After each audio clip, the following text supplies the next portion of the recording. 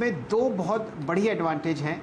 हमारे सामने electronic vehicles की जो थीम है वो अच्छी तरीके से खुलती हुई दिख रही है। कुछ समय पहले आप फेम 2 की बात करते हुए देख रहे थे यहाँ पर हमारे ऑटो एनालिस्ट रोहन जी को, और मोमेंटम आपके सामने अब ग्रीव्स कॉटन पर बढ़ता हुआ लगभग 158 का प्राइस है।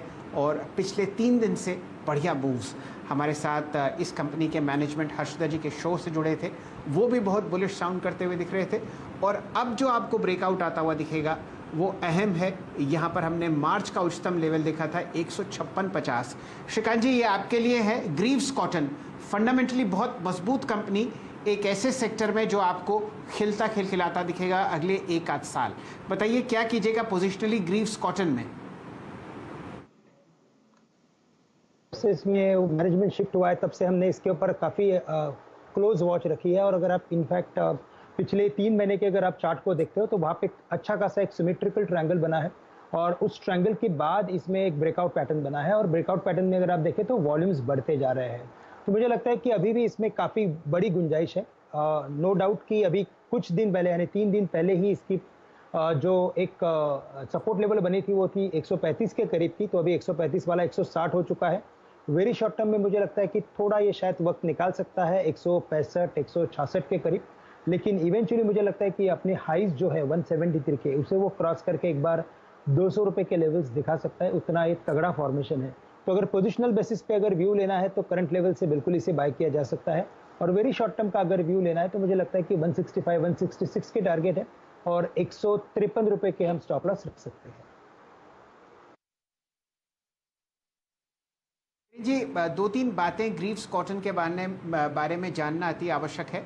वो ये है कि लगभग आप देखिए 25% इलेक्ट्रिक 2 व्हीलर्स का मार्केट, 21% माफ़ कीजिए, और 75% 3 व्हीलर डीजल इंजन्स का मार्केट आपको इस कंपनी के आधिपत्य में दिखता है।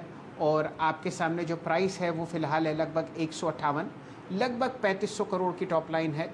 और आप ये समझिए कि फ़िलहाल आपके सामने जो टॉप लाइन आती हुई दिख रही है वो काफ़ी आपको बढ़ती हुई दिखेगी, क्योंकि इलेक्ट्रिक व्हीकल्स पर ना सिर्फ सब्सिडी बढ़ी है लेकिन पूरी दुनिया उसी तरफ आपको जाती हुई दिखेगी। बहुत ही संक्षेप में ये एक बढ़िया काउंटर है, और अगर आप इसकी ऑल टाइम हाई देखें तो वो आपके सामने ऑलमोस्ट दिखेगी लगभग 177 रुपये। बढ़िया यहाँ पर फंड होल्डिंग भी है, तो आपको ध्यान पोजिशनली भी ग्रीव्स कॉटन पर रखना है। वीरेंद्र जी, अब 64 अंक ऊपर निफ्टी 15,875।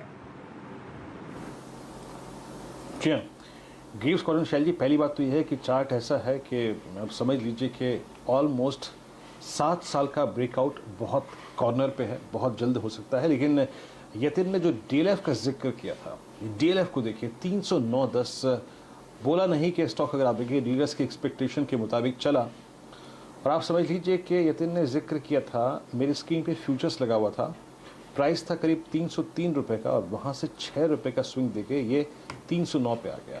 आज का लो बहुत वेल डिफाइंड लो था, 10 डे एक्सपोनेंशियल मूविंग एवरेज, जो कि कल का अगर आप देखें क्लोज भी था और वहीं से चला है। दरअसल पालवे साहब, आप देखें डीएलएफ को तो पोस्ट अर्निंग्स इसमें एक लिक्विडेशन आया जो कि प्रॉफिट टेकिंग थी, और एक हेल्दी प्रॉफिट टेकिंग थी। कल का क्लोज था 10 डेमा और कल का लो था 20 डेमा। और आप देख सकते हैं चार्ट पे कि कितनी स्ट्रॉन्ग प्रॉपर्टी है इसकी और कितना स्ट्रॉन्ग सरोकार है इसका 10 डेमा और 20 डेमा से। अगर ये यहीं पे क्लोज होता है तो आप कैसे अप्रोच करेंगे इस स्टॉक को कल मॉर्निंग में? तो बिल्कुल वीरेंद्र जी, देखिए कि आज जो मूव बना है वो एक शॉर्ट कवरिंग का मूव बनते हुए दिख रहा है डीएलएफ में, और इसका सेटअप ऑलरेडी पॉजिटिव टेरिटरी में ही ट्रेड कर रहा है। अगर हम शॉर्ट टर्म ट्रेड देखें इसका तो सेटअप के हिसाब से तो पॉजिटिव ही है। और जब तक ये डिसाइसिवली 300 रुपए के नीचे क्लोज नहीं देता वीकली क्लोजिंग बेसिस पे, तो एज सच मुझे नहीं लगता कि ये स्टॉक में कोई वीकनेस रहेगी। लेकिन ये स्टॉक में जो पुलबैक बना है, ये स्टॉक में मुझे लगता है कि 320 की तरफ ये स्टॉक में मूव आते हुए दिख सकता है कल के सेशन में। आज के सेशन में देखें तो कॉल राइटर्स अपनी पोजीशन अनवाइंड करते हुए दिख रहे हैं। 300, 305, 310, इवन 315 की स्ट्राइक में भी अगर आप देखेंगे तो अनवाइंड एक्शन होते हुए दिख रही। तो कहीं ना कहीं ये स्टॉक एक तेजी के लिए बिल्कुल तैयार हो रहा है, तभी यहाँ पे एक शॉर्ट कवरिंग का मूव देखने को मिल रहा है। तो ये जिस तरीके से डेटा इसका बन रहा है वो ये दिखाता है 320 के टारगेट मुझे लगता है कल तक आ सकते हैं। करंट लेवल से अगर स्टॉप लॉस डिफाइन करना है इस ट्रेड के लिए अब, क्योंकि ऑलरेडी अब यतीन जी के बोलने के बाद स्टॉक ऑलरेडी एक अपमूव दे चुका है, तो पोजीशन जिन्होंने ली हुई है वो अब ट्रेल कर ले स्टॉप लॉस को 303 की तरफ कल तक के टारगेट 316 320 तक के।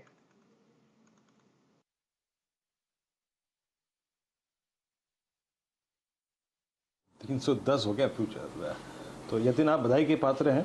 डीएलएफ से आपने जो भी मंत्रणा करी, जो भी अगर आप देखें बातचीत करी, जिस प्रकार की पोजिशंस बिल्डअप था वो स्क्रीन पर विजिबल है। आगे बढ़ते हैं और चंदन तापड़िया मेरे ख्याल से स्क्रीन पर नजर आते, लेकिन उससे बातचीत करने से पहले एक बार बात करते हैं श्री संजीव भसीन साहब से। सर नमस्कार, कार्यक्रम में स्वागत है। लीजिए एक नया हाई